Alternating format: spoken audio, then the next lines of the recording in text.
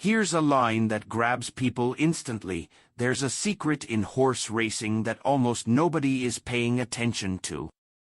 And I know, that sounds like hype. But stick with me, because the interesting part isn't the drama. It's where the secret is supposedly hiding, not in a workout report, not in a last-minute tip, but way back in a horse's family tree. Today we're talking about what I like to call the curiosity gap. It's that little mental itch created when someone hints they know something you don't. In racing, it's especially powerful because the game is full of noise, speed figures, track bias, trainer stats, late scratches, weather changes. So when someone says, "You're all missing the real clue," you lean in. The claim here is pretty specific. If you want to cash big on today's long-distance races on grass, you should be looking at great-grandparents. Not just the sire. Not just the dam. Great-grandparents. Horses far enough back that most bettors won't bother tracing them, which is exactly why the idea feels like it could create an edge. So what's the logic?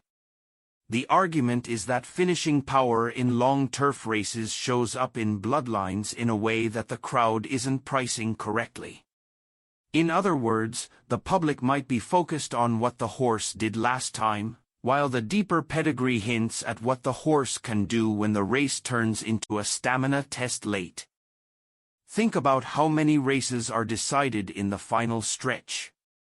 Some horses look fine early, even comfortable, and then they flatten out when the distance bites. Others seem ordinary on paper, maybe even a little slow, and then they just keep going when everyone else hits the wall. The family tree approach says that kind of staying power isn't random. It's predictable, and it's inherited. And here's the hook: if the key clues are sitting in great-grandparents, then most of the market is likely ignoring them. Because most bettors don't go past the obvious names.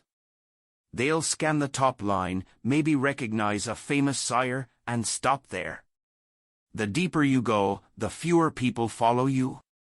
And when fewer people are looking at a factor, that factor has a chance to be mispriced. Now, notice what this promise is really offering. It's not just pick more winners. It's find massive payouts. That's a different game. Big payouts happen when you're right about something the majority is wrong about. You don't need every race. You need the right race where the crowd overlooks a horse that's actually built for the conditions. So the pitch is, long distance plus grass equals a stamina and finishing power puzzle, and great-grandparents can help solve it. If you can map a horse's deeper pedigree to late strength, you can spot runners who might not look flashy on recent results but are structurally suited to close hard and stay on. And that brings us back to the secret sauce part. The real secret, if there is one, isn't that pedigrees matter. Everyone knows pedigrees matter. The secret is the angle, that going far enough back in the lineage gives you a clearer signal about endurance than the surface-level names the public focuses on. Here's the takeaway to sit with: in long turf races, don't just ask, who's fastest? Ask, who's still running at the end?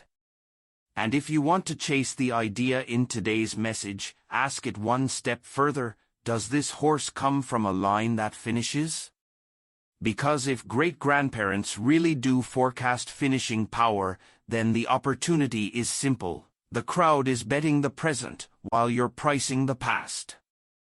Whether you fully buy it or not, the curiosity gap is doing its job. It's pointing you toward what most people ignore. And in horse racing, that's often where value lives.